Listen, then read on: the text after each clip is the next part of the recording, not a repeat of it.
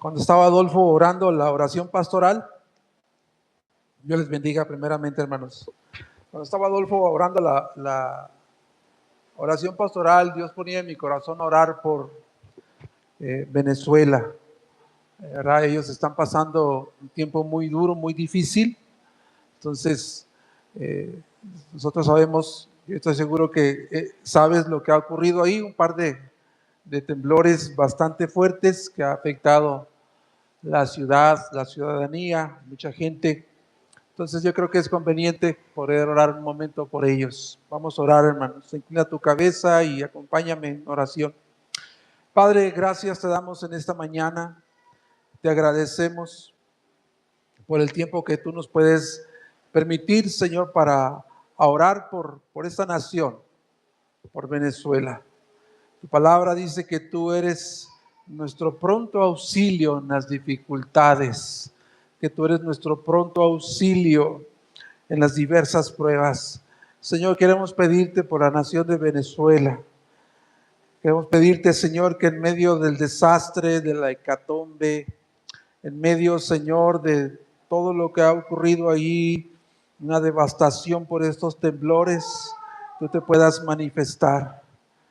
Tú puedas traer esperanza, consuelo, alivio, fortaleza, sobre todos aquellos que perdieron todos sus bienes materiales, los que perdieron familiares cercanos, esposos, hijos, abuelos. Queremos pedirte por todas estas personas.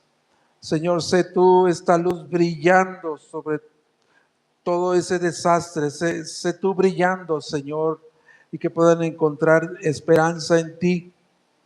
Te pedimos por las autoridades. Es seguramente una losa muy pesada para las autoridades ver cómo poder cómo iniciar a empezar a reconstruir la ciudad y ver por los menos favorecidos, Señor. También rogamos, Padre, que tú les des sabiduría y entendimiento para que ellos puedan de alguna manera traer todos los recursos que son un canal para que haya recursos humanos, materiales para la reconstrucción de esa ciudad. Pero también, Señor, sabemos que ahí hay una iglesia, nuestros hermanos en Cristo. Te pedimos por ellos también, que seguramente muchos de ellos no han escapado, Señor, a este temblor, no han escapado a experimentar la pérdida. Te pedimos por ellos, que los fortalezcas, que los levantes, que los sostengas y que también, Señor, pongas en sus bocas el mensaje del Evangelio, porque para eso tú los has puesto ahí, Señor, para hablar del Evangelio. Bendice la iglesia en Venezuela, bendice el país de Venezuela y, Señor, ayúdanos a estar orando por ellos. Ahora oramos por nosotros, Señor, por el mensaje, que así como ellos necesitan el mensaje de la palabra de Dios, de la misma manera también nosotros lo necesitamos. Es tu palabra que nos acerca a ti, es tu palabra donde podemos ver lo que tú has dejado para nosotros como individuos, como familia, como iglesia. Es tu palabra. Entonces te pedimos, Señor, como se leyó al principio, que esta palabra no pueda volver a ti vacía, Señor. Así como tú le envías para que así como envías la nieve que da pan al que come y semilla al que siembra, así sea tu palabra en esta mañana, Señor. Que tu palabra traiga fruto abundante, Señor. En el nombre de Cristo Jesús. Amén. Buenos días, amados hermanos. Vámonos al libro de Hechos, capítulo 11. Estamos ya en el capítulo 11 y no termino de ser impresionado, de ser animado por lo que está sucediendo con la iglesia primitiva. Si hay un libro que me ha ayudado a volver una y otra vez a la Biblia para encontrar ánimo, aliento, para encontrar que Dios es un Dios poderoso que abre puertas para su iglesia, que es un Dios que prepara a la iglesia, que es un Dios que va abriendo camino, que va conduciendo y que va guiando a la iglesia. Si hay un libro que me puede ayudar a mí a mantenerme con los ojos puestos en lo que Dios está haciendo en su iglesia y de una manera soberana y providencialmente, es el libro de los Hechos, hermano. Es una bendición estudiar este libro, es una bendición poder predicarlo y estoy seguro que está siendo una bendición para ti poder escucharlo. Capítulo 11.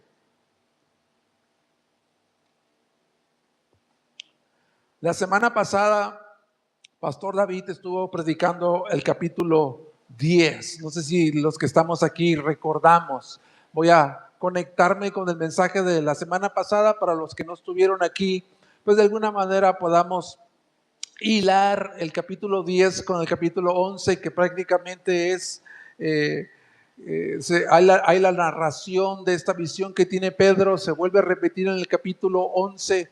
Entonces yo creo que vale la pena poder hacer una reflexión de lo que se predicó la semana pasada para poder entrar en el capítulo 11. Si recuerdan, la semana pasada en la ciudad de Cesarea, una ciudad portuaria que se ubicaba más o menos a 105 kilómetros al noroeste de Jerusalén, ahí se encontraba un hombre que Dios había preparado para recibir el evangelio. ¿Recuerdan? Este hombre era un centurión. Este hombre era Cornelio, un centurión, un romano. Era un hombre gentil que era compasivo, temeroso, dadivoso y que oraba y buscaba al Dios de Israel. Dios lo estaba preparando para el momento preciso en el que Dios iba a mandar a Pedro a compartirles el evangelio. Eso es precisamente lo que ocurre. Dios envía a Pedro para predicarle a Cornelio, a sus amigos, a sus parientes más cercanos, es lo que dice capítulo 10. Lo impresionante de esta historia o de este relato que se repite dos veces en el capítulo 11, capítulo 10, lo interesante de este relato, amados hermanos, es que Dios le habló a ambos por medio de visiones. Si recuerdas, Dios le habló a ambos hombres por medio de visiones. A Cornelio Dios le envió un ángel. Le envió un ángel enviado por Dios y le ordenó específicamente que trajera una persona de nombre Pedro que se encontraba en Jope para que le hablara del evangelio. Y mientras eso sucedía en Jope con Cornelio en Cesarea, Pedro en Jope estaba orando y también Dios le mostró una visión. ¿Recuerdan ese lienzo bajando del cielo, que descendía del cielo con toda clase de animales considerados por la ley de Moisés como inmundos? Y escucha la voz divina, escucha la voz de Dios que le dice: mata y come. ¿Recuerdan? Inmediatamente Pedro se opone a contaminarse y se niega al mandato de Dios de comer de lo que Dios le está mostrando. Sin embargo, esta lección es como una lección objetiva que Dios está tratando de enseñarle algo a Pedro. Esta lección objetiva del lienzo es una evidencia divina, que el régimen de la ley de Moisés en cuanto a lo limpio y a lo impuro se ha terminado. Dios se encargó de enfatizárselo a Pedro porque esta visión del lienzo viniendo del cielo una y otra vez se repite por 3 veces. 3 veces fue necesario que Pedro viera eso. Esta visión que Dios le mostró del lienzo, prácticamente, hermano, lo que Dios estaba tratando de enseñarle a Pedro era que él estaba incluyendo a los gentiles en el pueblo de Dios. Esa visión habla de la inclusión de los gentiles en el pueblo de Dios. Y una vez que ocurrió 3 veces ese lienzo bajando del cielo, Pedro entendió, hermanos, y él dijo que Dios le había enseñado que no llamara a ningún hombre impuro o inmundo, porque Dios no hace acepción de personas. Y cuando Pedro llega a la casa de Cornelio y comienza a predicarles el evangelio y presenta a Cristo, quien es aquel que Dios designó como el Mesías y Señor para el perdón de los pecados a todo aquel que cree en Él. Mientras Pedro predicaba ese mensaje a Cornelio y todos los que le acompañaban, el Espíritu Santo cayó sobre todos. Cayó sobre todos el Espíritu Santo y todos fueron bautizados por el Espíritu Santo y fueron bautizados también en agua. Como lo acaba de decir Adolfo ahorita, Hechos, hermanos, Hechos ahorita desde el capítulo 8 en adelante, Hechos está enfocándose una y otra vez en la inclusión de los gentiles a través de la fe en Cristo Jesús y la expansión del Evangelio a todas las naciones. Este sigue siendo la narrativa de Lucas desde el capítulo 8. La inclusión de los gentiles a través de la fe, únicamente por la fe en Cristo, y la expansión del Evangelio a todas las naciones. Ahí es donde nos encontramos en el libro de Hechos. Ahora, el texto que vamos a leer, capítulo 11, y la predicación, ahí está el nombre de la predicación, Antioquía. Es Antioquía, el nacimiento de la primera iglesia gentil. Y vamos a ir viendo punto por punto, hermanos. Primer punto que quiero predicar de este texto es del versículo 1 al 18, donde se habla acerca de la explicación, pero también la defensa de Pedro. La explicación y la defensa de Pedro. Ese sería el primer punto. Vamos a leer el texto entonces, Hechos 11. Los apóstoles y los hermanos que estaban por toda Judea oyeron que también los gentiles habían recibido la palabra de Dios.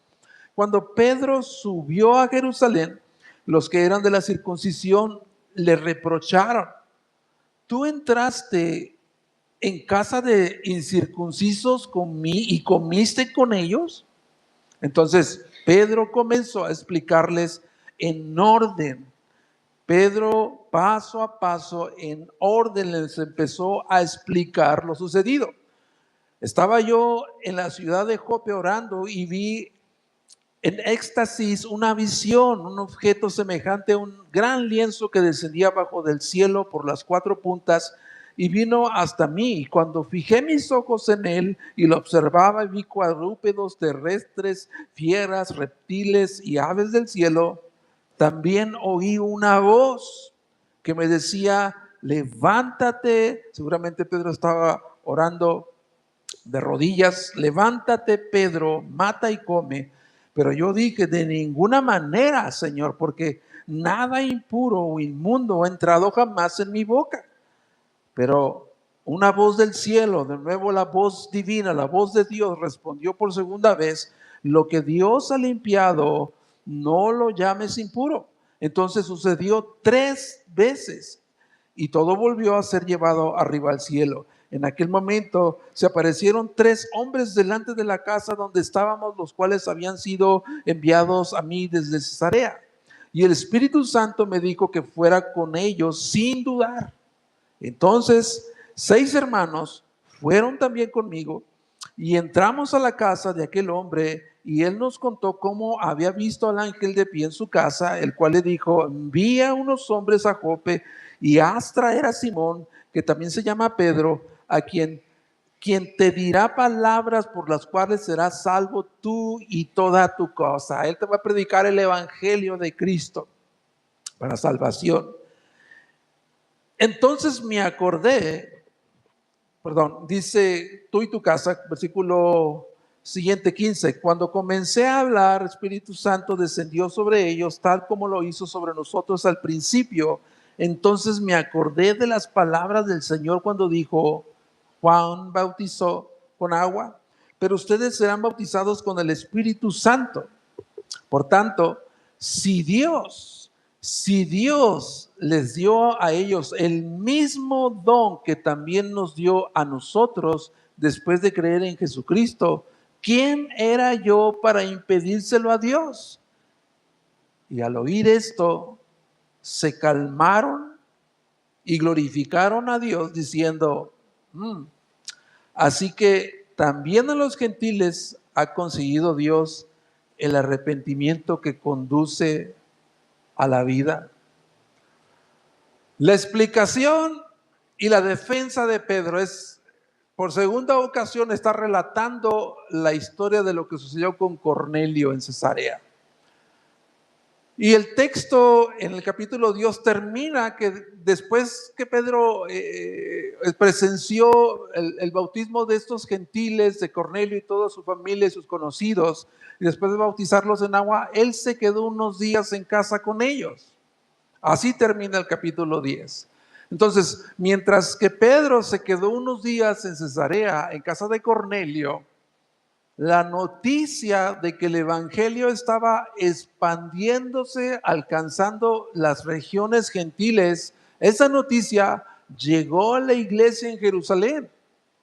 Y cuando Pedro regresa a Jerusalén, es interesante que esa noticia viajó más pronto que Pedro. Esa noticia llegó antes que Pedro a Jerusalén. Y cuando Pedro hace ese viaje a Jerusalén, los que eran de la circuncisión le reclamaron a Pedro y discutían con Pedro. Y lo primero que le dijeron: ¿comiste con incircuncisos? Wow. Yo me imagino esa escena.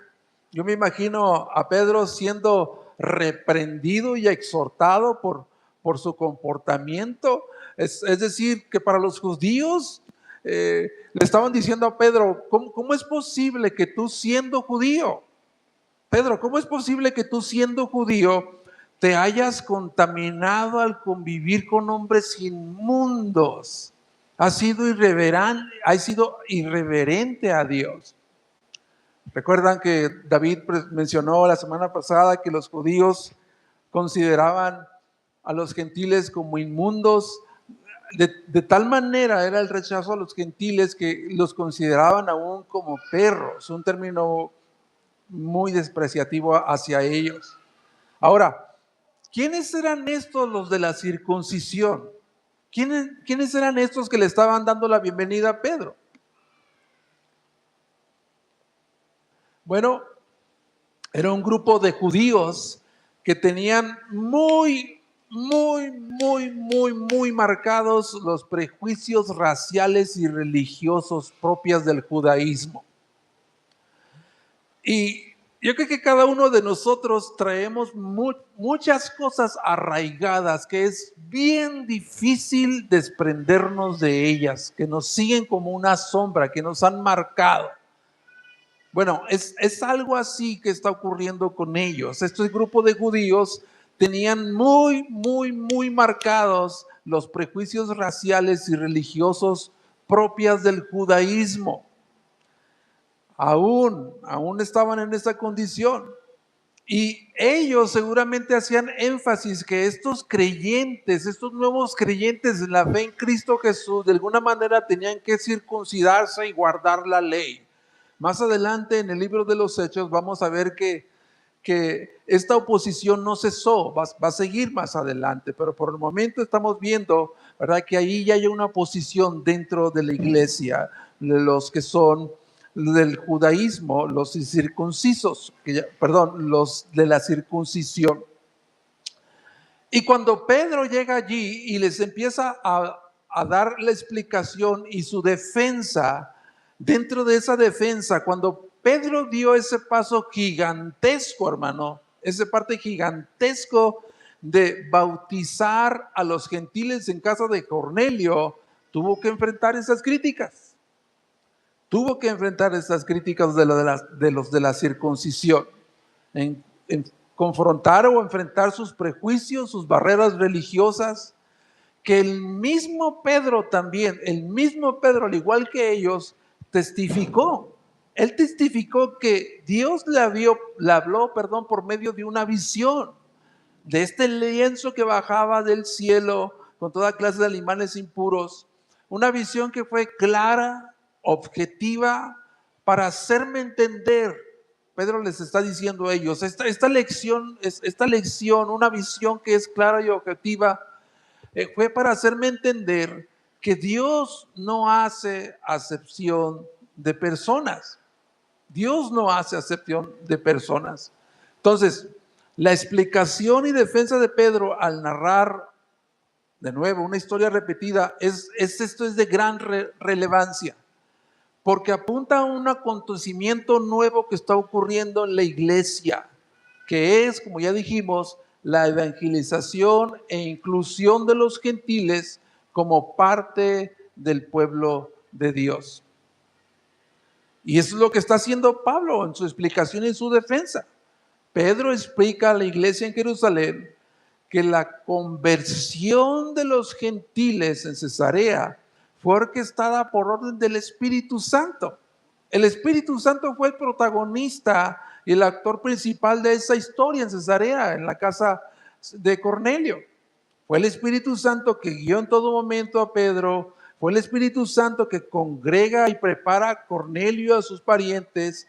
Fue el Espíritu Santo que en medio de la predicación de la palabra de Dios, que el Espíritu Santo se derramó sobre ellos sin excepción y les oían exaltar a Dios con lenguas humanas como ellos lo hicieron en el Pentecostés, no sé si recuerdas.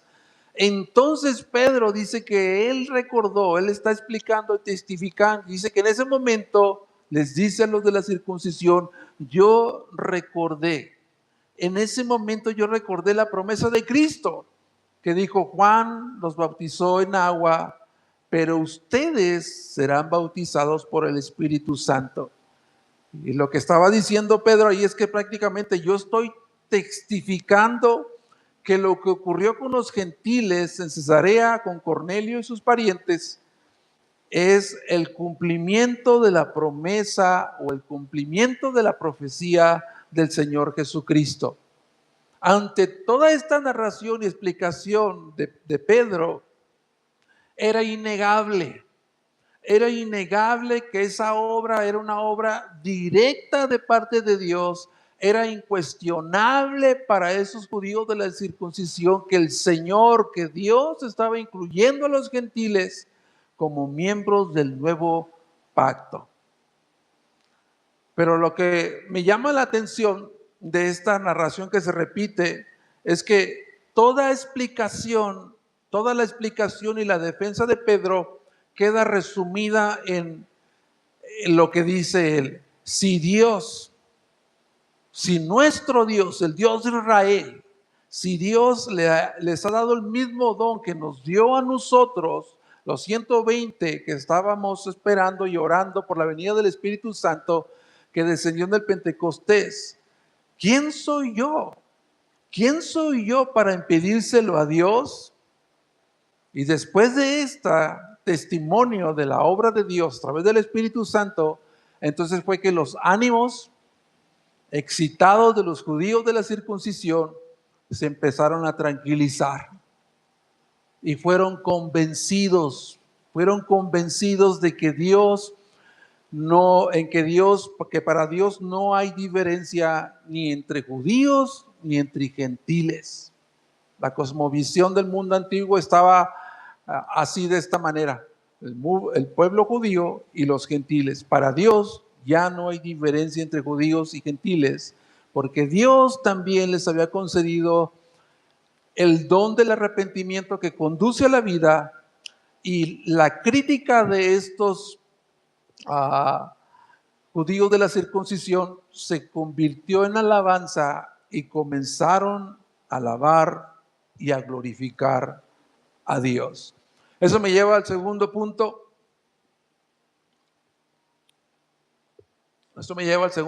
Que es el inicio y crecimiento de la iglesia en Antioquía.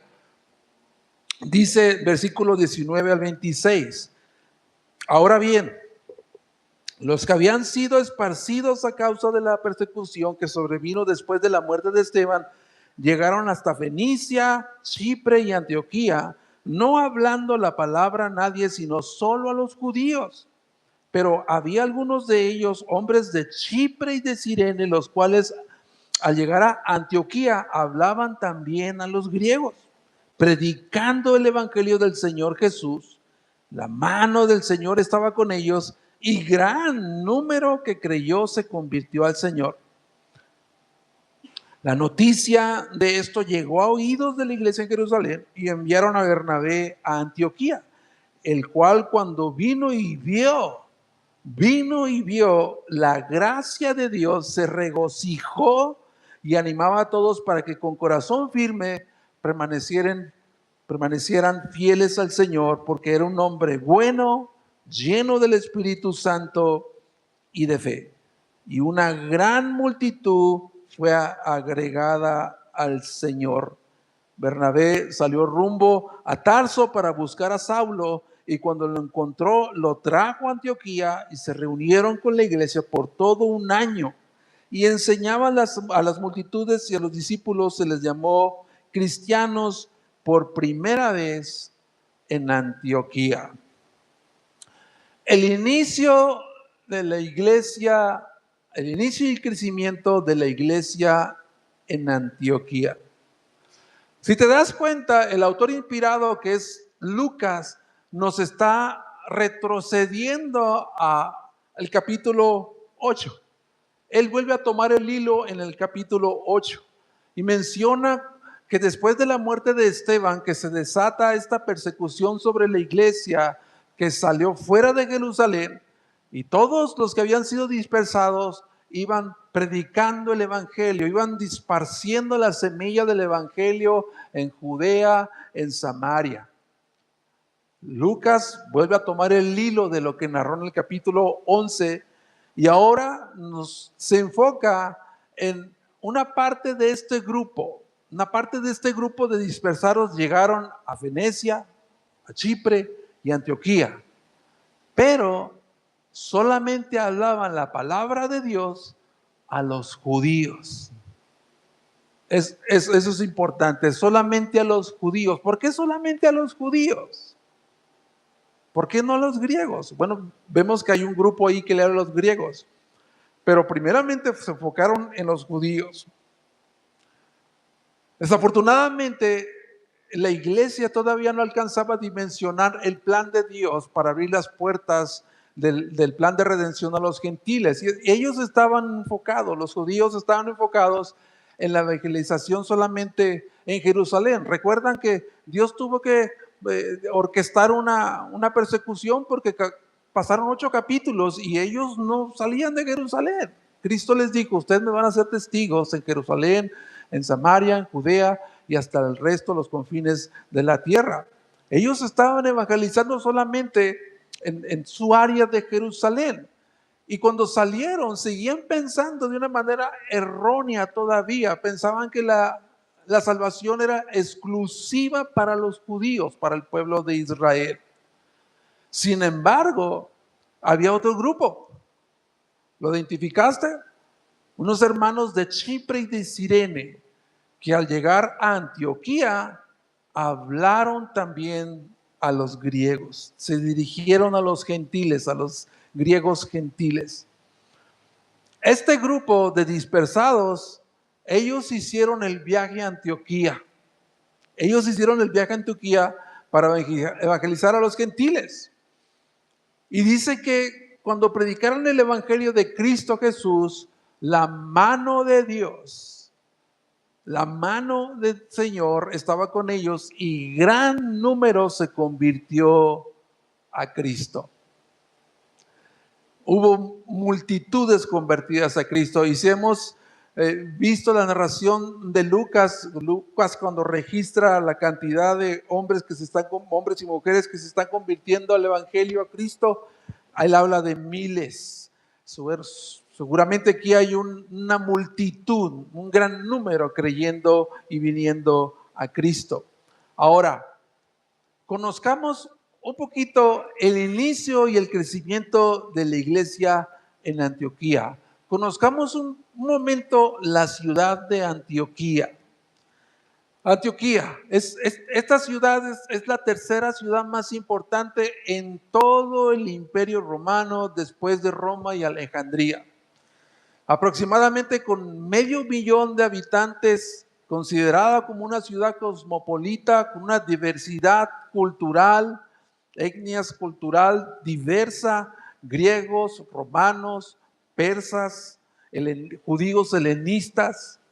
O sea, aparte de eso, Antioquía era un centro de comercio.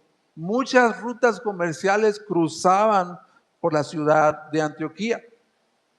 Eso habla bien de esta ciudad, una ciudad fructífera, pero también era una ciudad llena de paganismo e inmoralidad. Por mencionarte nada más algo que llama la atención en Antioquía, es que ahí edificaron un templo. Ellos edificaron templo, a la diosa Dafne, que era la diosa del libertinaje y promiscuidad sexual, que prácticamente eso lo convertía a Antioquía como un atractivo, una ciudad tipo Vegas, ¿no? La ciudad del pecado. Este era un campo, entonces, dándote esta descripción de Antioquía, este campo misionero lo convertía en un campo bastante hostil, ¿verdad? No era sencillo predicar el evangelio en ese lugar. Y aparte que la iglesia estaba enfocada solo a hablarles a judíos. Pero el otro grupo de hermanos de Chipre y de Cirene, ellos fueron movidos por Dios para hablarle a los gentiles griegos. Quiero detener un momento ahí para decirles, hermanos, que la iglesia de hoy, nosotros, CGR, la iglesia necesita a estos dos grupos de creyentes representados aquí. Dos tipos de creyentes. Uno, los que comparten el evangelio en un entorno en el que quizás hay creyentes, en un entorno difícil, hostil para compartir el evangelio, personas duras de convertirse. Necesitamos hermanos de esta congregación que compartan el evangelio ahí, pero también necesitamos a hermanos que compartan el evangelio en lugares más abiertos y con personas más receptivas a escuchar la palabra de Dios. CGR necesita de los dos grupos de personas representados aquí. Y era lo que estuvimos hablando en la mañana, aquí en el discipulado. Estamos tratando de crear una cultura de evangelización en la iglesia y incluye hablarle a estos dos grupos. Entonces, Antioquía, hermanos, esta ciudad de Antioquía, dentro de la providencia soberana de Dios, se convirtió en la base, el epicentro de la actividad misionera para alcanzar el mundo gentil. De ahí fueron enviados Pablo y Bernabé en sus 3 viajes misioneros para conquistar para Cristo las naciones gentiles. Antioquía, considerada, hermanos, como la madre de las misiones, porque desde allí se alcanzaron todos los confines de la tierra. Pero hay un detalle muy significativo que es relevante para nosotros y muy, ¿cómo puedo decirte? Que me anima a compartir el evangelio, que me anima a dar las buenas nuevas del evangelio a los que no conocen de Cristo, porque lo significativo y relevante de la fundación de la iglesia en Antioquía es que no fue un proyecto, no fue plantada como un proyecto planeado por los apóstoles en la iglesia madre de Jerusalén.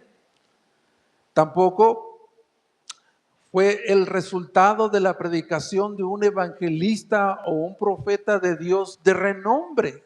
Tampoco. Esta iglesia de Antioquía fue plantada por creyentes sencillos y comunes como tú y yo, que tomaron en serio la evangelización. Tomaron en serio la evangelización que Dios les respaldó. El texto dice que la mano de Dios estaba con ellos. Y eso es lo que estamos tratando de hacer ahora, hermanos, con el discipulado en la mañana, en la escuela dominical. estamos buscando que CGR se convierta o empiece a cultivar una cultura de evangelismo. Y parece que estaba conectada la clase que acaba de dar en la mañana Adolfo con la predicación. Es interesante que está muy conectado. Entonces, quiero animarlos, hermanos, de veras. Quiero animarlos a donde quiera que Dios, a donde quiera que Dios te envíe, a donde quiera que Dios te lleve, compartas la palabra de Dios. ¿Por qué? Porque no sabemos hasta dónde puede llegar el impacto de la evangelización de una persona. Si nos involucramos cada uno de nosotros, no sabemos hasta dónde puede llegar el impacto de la mano de Dios al compartir el evangelio. Entonces, una de las cosas que compartió Adolfo en la mañana es que nos invita a evangelizar, qué obstáculo, qué barrera tenemos para evangelizar. Y lo primero que mencionamos algunos de los que estábamos aquí es que no me siento preparado, no me siento capacitado. Pero déjame decirte una cosa, hermano. Déjame decirte una cosa. Es más importante estar dispuesto que estar preparado. Lo voy a repetir. Es más importante estar dispuesto que estar preparado. Dios no escoge a los preparados. Dios no escoge a los preparados. Dios prepara a los que están dispuestos. Así que te animo, hermano, que a donde quiera que Dios te lleve, a donde quiera que Dios te ponga, prediques el evangelio. Volviendo al texto, la noticia de este crecimiento exponencial en la iglesia de Antioquía llega a la iglesia de Jerusalén. ¿Recuerdas que así como cuando sucedió este crecimiento, cuando Felipe predicó en Samaria y en Judea, viniendo multitudes? ¿Recuerdas que en esa ocasión la iglesia mandó a Pedro y a Juan? ¿Recuerdas que la iglesia en Jerusalén mandó a Pedro y a Juan para corroborar la obra evangelizadora?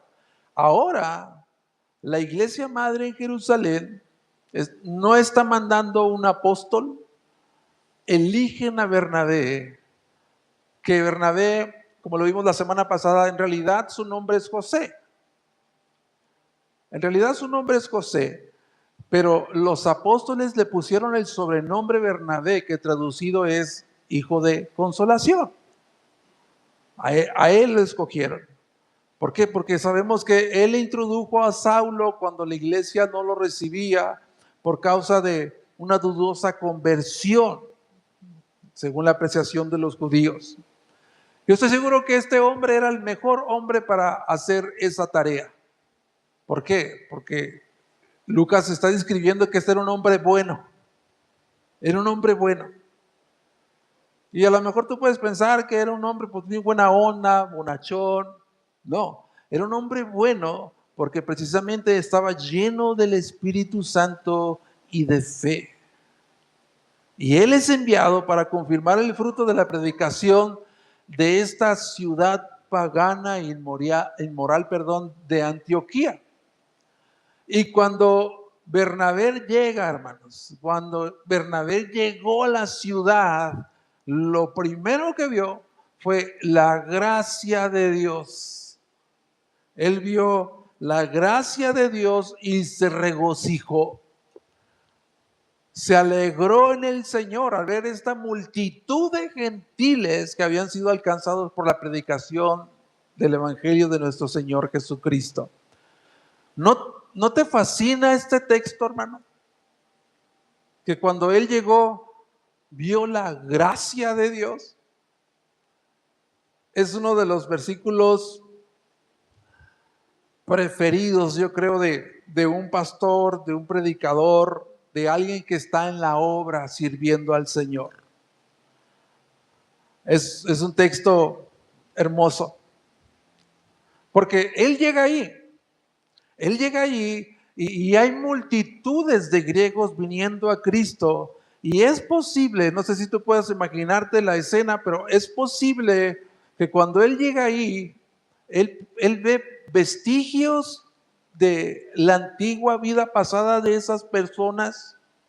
Quizás todavía ellos no vestían bien, no hablaban como cristianos, y quizás había deficiencias y carencias en una iglesia que estaba iniciando y que estaba en pleno crecimiento, pero él no puso su atención. Eso no fue el centro de la atención de Bernabé. Bernabé se fijó en las evidencias de la gracia de Dios entre ellos. Y eso lo regocijó, lo hizo alegrarse. Este texto, hermano, este texto habló a mi vida muy, muy profundamente. Porque hay ocasiones que inclusive yo, hermanos, que pongo la vista en las cosas negativas que ocurren en la iglesia. Pero quiero hacerte una pregunta retórica y es la pregunta que yo mismo me he hecho. Cuando tú ves a CGR, a los miembros de CGR, ¿qué es lo que ves? ¿Qué es lo que ves cuando ves a CGR y a sus miembros?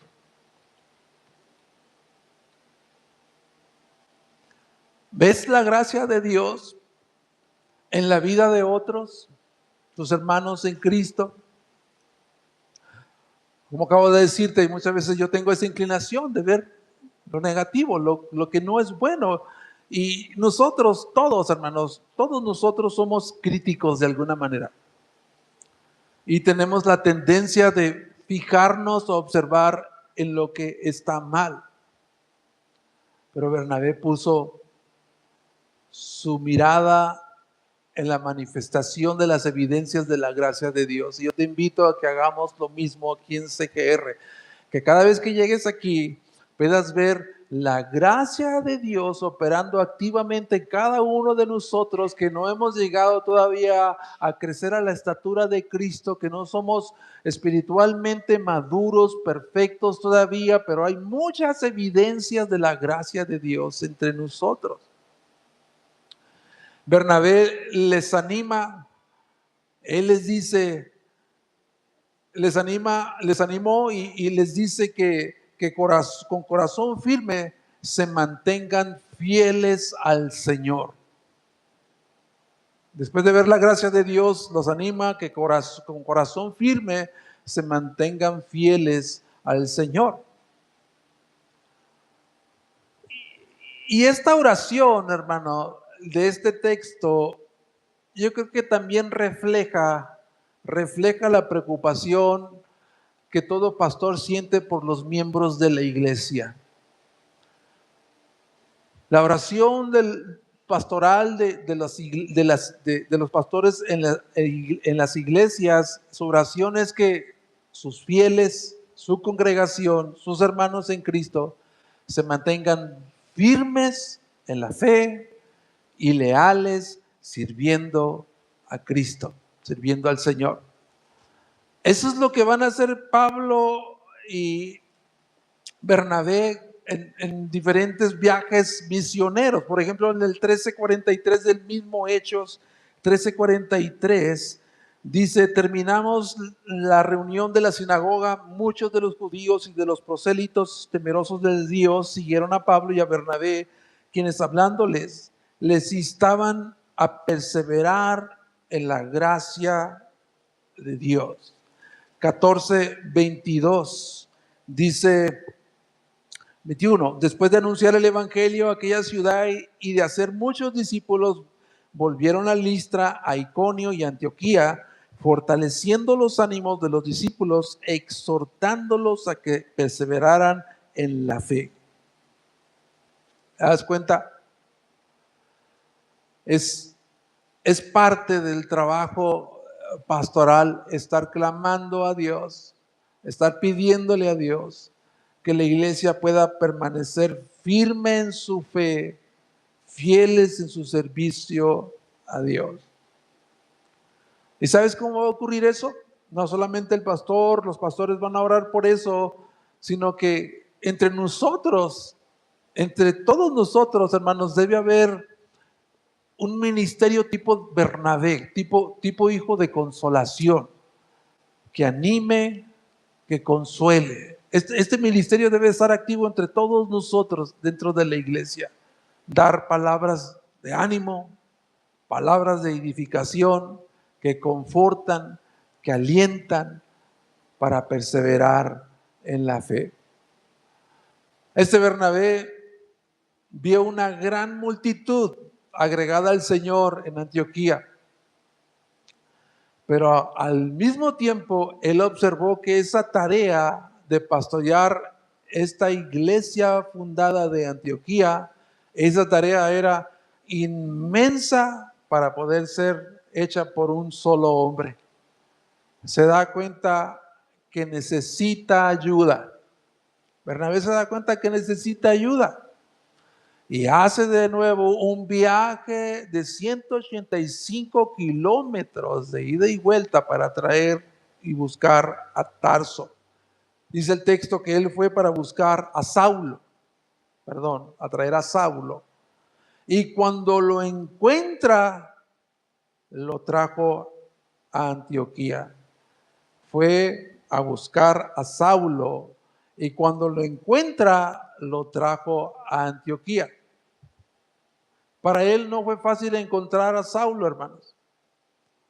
Y aquí, cuando dice que salió a buscar para encontrar a Saulo, nosotros no sentimos la fuerza de estas palabras en castellano. Nosotros no sentimos la fuerza de estas palabras en castellano, pero son las mismas palabras que usó José y María cuando perdieron a Jesús en el templo y comenzaron a buscarlo. Era algo como urgente para Bernabé encontrar a Saulo y no fue fácil encontrarlo. ¿Por qué no fue fácil encontrar a Saulo, hermanos? Bueno, por lo menos han pasado 10 años, aproximadamente 10 años de la última vez que Saulo apareció en la escena en el capítulo 9, versículo 30, cuando él sale huyendo de la sinagoga por las amenazas de muerte de un grupo de judíos. Por lo menos han pasado 10 años. Imagínate. Bernabé lo encuentra, lo trae a Antioquía y estos dos hombres dotados de parte de Dios formaron un poderoso equipo para trabajar en unidad y en humildad. En unidad y en humildad. Estas dos características, hermanos, deben ser como puntales para sostener el ministerio de una iglesia. Trabajar en unidad y en humildad. Son como unos puntales que sostienen el ministerio dentro de una iglesia. Y Bernabé, me llama la atención mucho Bernabé, que él no buscó los reflectores. Él no buscó las llamadas de atención de las personas, no buscó ser el protagonista. Sabe que la obra de Dios no puede ser hecha por un solo hombre, ni siquiera Jesucristo pudo hacer su ministerio sin haber llamado a 12 hombres para discipularlos y a mandarlos, a comisionarlos para extender el evangelio. Ni siquiera Jesucristo. Y Bernabé escoge a Saulo de manera intencional por el campo en el que se necesita alguien que predique y enseñe la palabra de Dios, que disipule la palabra de Dios a los nuevos creyentes. Porque precisamente Saulo había sido liberado también de esos prejuicios raciales del judaísmo, esos prejuicios religiosos del judaísmo, y él había recibido la misión de ser el apóstol a los gentiles. Y aparte que él había visto que era un hombre dotado para enseñar las escrituras. De manera que ellos pasaron ahí, dice el texto, Bernabé y Saulo, sirviendo al Señor 1 año, enseñando a las multitudes y a los discípulos. Enseñando a las multitudes y a los discípulos. Déjame decirte también algo, hermanos. Yo creo que dentro de las reuniones que estamos llevando en los grupos pequeños, yo creo que hasta aquí nos ha quedado claro. No sé cómo vayamos con el texto que estamos estudiando. Algunos van más adelantados que otros, algunos van más despacio. Pero estoy seguro que has entendido que el proyecto de crecimiento, el proyecto de santificación personal, Dios lo ha diseñado para que ocurra en medio de la iglesia local. No vamos a poder crecer espiritualmente, madurar, sin involucrarnos con la iglesia. El lugar que Dios diseñó donde el creyente puede crecer en el conocimiento, madurar a la estatura de Cristo, madurar espiritualmente, ser edificado, es en el contexto de la iglesia. Ellos pasaron un año enseñando la palabra de Dios para su crecimiento, para que pudieran crecer espiritualmente, para aprender de Cristo. Entonces, amados hermanos, todos nosotros necesitamos la iglesia para crecer. Todos, incluyéndome a mí.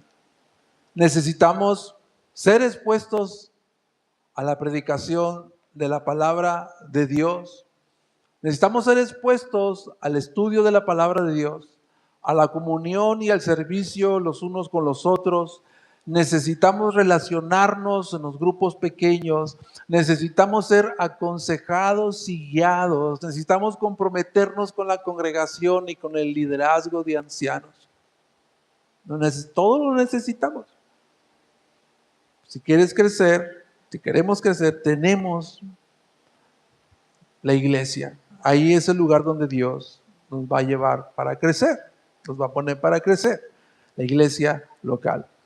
Pero también Lucas pone allí un detalle que llama la atención, porque en ese lugar los de Antioquía, los de afuera de la iglesia, no los mismos cristianos, sino los de fuera de la iglesia en Antioquía, empezaron a llamar por primera vez, empezaron a ser llamados, los discípulos de Cristo empezaron a ser llamados cristianos. Por primera vez se les llamó cristianos. Y este es un término despectivo usado de manera burlona por los de afuera de la iglesia, los inconversos de Antioquía, para referirse a estos creyentes como pequeños cristos, cristianos. Su significado estos son pequeños cristos. Estos son los pequeños cristos que no veneran nuestros ídolos, que no practican lo que nosotros practicamos. Ellos solamente predican, testifican, viven, sufren para Cristo. Esos son los cristianos. Todo es Cristo, todo es Jesús. Y eso es lo que caracterizaba a un cristiano en ese entonces. Hoy cualquiera se puede llamar cristiano, ¿no? Testigos de Jehová somos cristianos, mormones somos cristianos. Cualquiera se puede llamar cristiano, pero la vara está muy alta. Pero este título de cristianos, que se llamaba por primera vez, este título representa, hermanos, la transición. Este nombre que se les llamó allí en Antioquía representa una transición de la religión exclusiva del judaísmo para convertirse en una comunidad con una identidad propia como discípulos de Cristo. Es lo que está ocurriendo, una transición, ¿verdad?, de la religión judía, de una sola etnia hacia todas las naciones como discípulos de Cristo. Y el tercer y último punto, de una manera más breve, la profecía de Agabo y la ofrenda enviada a Jerusalén. Déjame volver ahí al texto. Por aquellos días, versículo 27, unos profetas descendieron a Jerusalén, Antioquía, y levantándose uno de ellos llamado Agabo, daba a entender por el Espíritu Santo que ciertamente habría una gran hambruna en toda la tierra, Y esto ocurrió durante el reinado del emperador Claudio. Los discípulos, conforme a lo que cada uno tenía, determinaron enviar una ayuda a los hermanos que habitaban en Judea. Y así lo hicieron, mandándola a los ancianos por mano de Bernabé y Saulo. La profecía de Ágabo y la ofrenda enviada a Jerusalén. Lucas se limita a narrar que simplemente en esos días que estaban Bernabé y Saulo trabajando con la iglesia naciente y creciente de Antioquía, descendieron unos profetas de Jerusalén y llegaron a la ciudad. Pero antes de seguir adelante, yo quiero recordarles, amados hermanos, que el libro de los Hechos, como lo hemos mencionado varias veces, el libro de los Hechos es una transición entre el Antiguo Testamento al Nuevo Testamento. Es una transición. Y en medio de esa transición, el ministerio profético aún estaba activo dentro de la iglesia. Los profetas recibían revelaciones directas de parte de Dios que eran transmitidas a la iglesia. Y algunas de esas revelaciones directas de parte de Dios estaban relacionadas con sucesos futuros. Recuerda, en ese tiempo ni siquiera se había empezado a escribir el Nuevo Testamento. Por eso es un libro de transición. Ahora nosotros tenemos toda la revelación completa de parte de Dios, toda la revelación completa, Antiguo y Nuevo Testamento, y no hay necesidad que nadie nos venga a profetizar cosas nuevas. Todo lo que Dios quiso decir, ya lo dijo. Ya no hay necesidad del don de profecía, hermanos. Espero que eso te haya ayudado a entender lo que está ocurriendo en la narración del texto. Entonces este profeta Agabo dio a entender que por el Espíritu vendría una gran hambruna. Y esta noticia, hermanos, en vez de causar alarma entre los nuevos creyentes, lo que causó esta noticia es que confirmó y dio evidencias de la autenticidad de la fe de los creyentes gentiles en Antioquía. Ellos enviaron una contribución voluntaria para los hermanos judíos en Jerusalén. Nadie los obligó.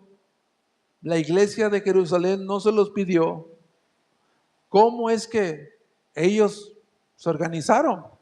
¿Cómo ellos recibieron una recolecta en toda esa iglesia? Yo creo, hermanos, que este año que estuvieron sirviendo Saulo y Bernabé, predicando, enseñando el evangelio y las escrituras, estoy convencido que fue que a través de la enseñanza de la palabra de Dios, que ellos conocieron las abundantes riquezas espirituales que recibieron en Cristo, solo por la gracia de Dios. Y estoy seguro que eso los movió a responder con un corazón generoso, y cada uno conforme a lo que tenían. El que tenía poco dio, el que tenía mucho también dio.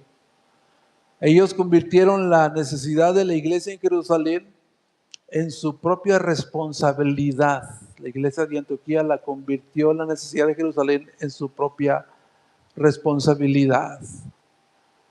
Con eso quiero terminar. ¿Cómo podemos cultivar nosotros, hermanos, un modelo de colaboración para contribuir en la iglesia y expandir el evangelio y la obra misionera? Necesitamos desarrollar una mentalidad de cuerpo de Cristo y pensar como un solo cuerpo como ellos lo hicieron. Como te diste cuenta, hay Santa Cena el día de hoy, y mientras que ustedes vayan pasando a tomar los elementos, amados hermanos, voy a leerles un texto. Por favor, pueden ir pasando a tomar los elementos.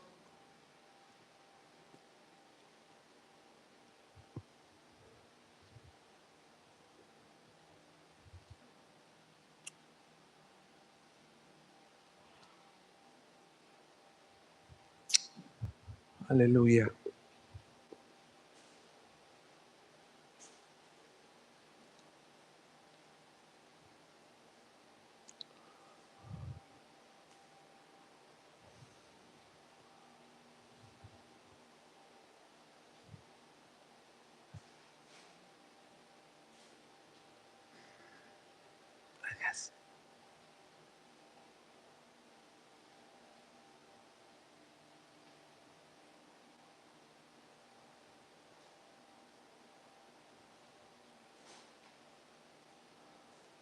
Dice Primera de Corintios, amados hermanos, en el capítulo 11.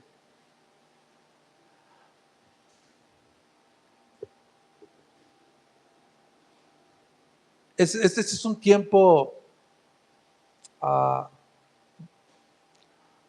en el que podemos acercarnos a Dios haciendo una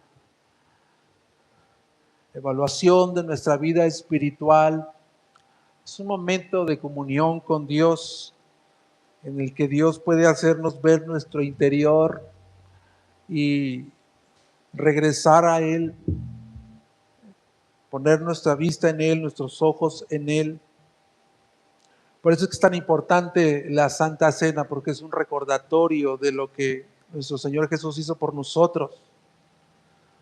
El apóstol Pablo dice en 1 Corintios 11, versículo 23, porque yo recibí del Señor lo mismo que les he enseñado, que el Señor Jesús, la noche que fue entregado, tomó pan y después de dar gracias lo partió y dijo, este es mi cuerpo que es para ustedes, hagan esto en memoria de mí. El cuerpo de Jesucristo está representado en el pan. Solamente tienes que cerrar tus ojos y ver a Cristo lacerado, humillado, golpeado, castigado por nuestros pecados en ese madero. Y este pan representa el quebrantamiento de su persona, la humillación de su persona, recibir el castigo por nuestros pecados. Puedes comer del pan. Vamos a comer del pan.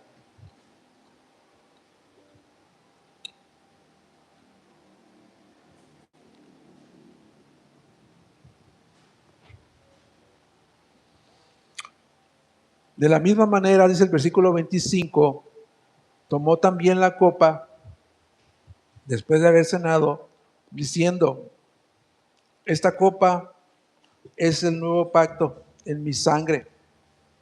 Hagan esto cuantas veces la beban en memoria de mí, porque todas las veces que coman este pan y beban esta copa, proclaman la muerte del Señor hasta que Él venga. Puedes tomar la copa.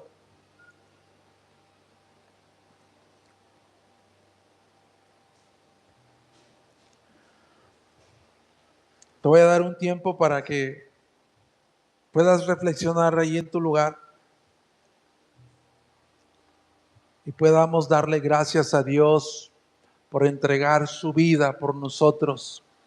A Cristo nadie le quitó su vida, él la entregó y Él dijo, yo tengo autoridad y poder para entregarla y volverla a tomar. Jesucristo en esa cruz derramó su sangre, hermanos, para limpiarnos, para purificarnos, para lavarnos de nuestros pecados. Y con esta sola ofrenda, dice Hebreos, presentó una sola ofrenda, perpetuamente presentó a sus redimidos delante de Dios. Esa fue su ofrenda para el Padre. Dale gracias a Dios.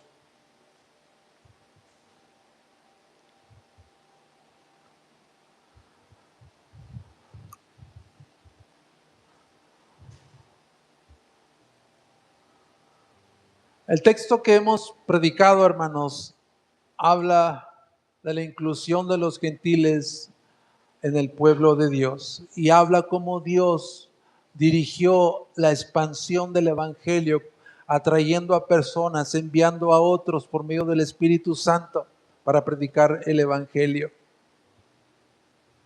Y de ahí nació la iglesia de Antioquía, que se convirtió prácticamente en el epicentro de las misiones para alcanzar al mundo gentil hasta llegar a nosotros, hermanos. De esa iglesia, de ahí salió el evangelio hasta llegar a nosotros los gentiles. Es mi oración, hermanos, quiero hablarles pastoralmente. Es mi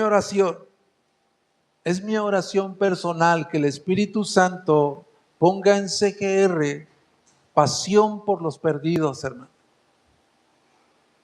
Pasión por los perdidos. Que Dios incremente la obra entre nosotros de hacer discípulos y que ustedes sean usados poderosamente por Dios para hablar el evangelio. Recuerda lo que acabamos de predicar. Los creyentes que evangelizaron y fundaron la iglesia en Antioquía para convertirse en el centro de la actividad misionera y alcanzar el mundo gentil, esa no fue hecha por obras de evangelistas o profetas o apóstoles. Fue hecha por cristianos sencillos y comunes como tú y como yo, que tomaron en serio la evangelización, hicieron un sacrificio en sus vidas para la gloria de Dios y por la causa del evangelio de Cristo y la salvación de los perdidos. Si hacemos eso, hermano, la mano de Dios estará con nosotros. Recuerdo muy bien que alguien me dijo alguna vez, hablando de los perdidos, de los que no conocen a Cristo, alguien me dijo alguna vez y me quedó bien, bien grabado. No hay nada peor que estar perdido. No hay nada peor que estar perdido y que nadie te esté buscando. No hay nada peor que estar perdido y que nadie nos esté buscando. Entonces, ese es mi deseo, hermanos, que todos nosotros podamos proclamar el evangelio a donde Dios nos lleve, a donde Dios nos ponga para predicar el evangelio.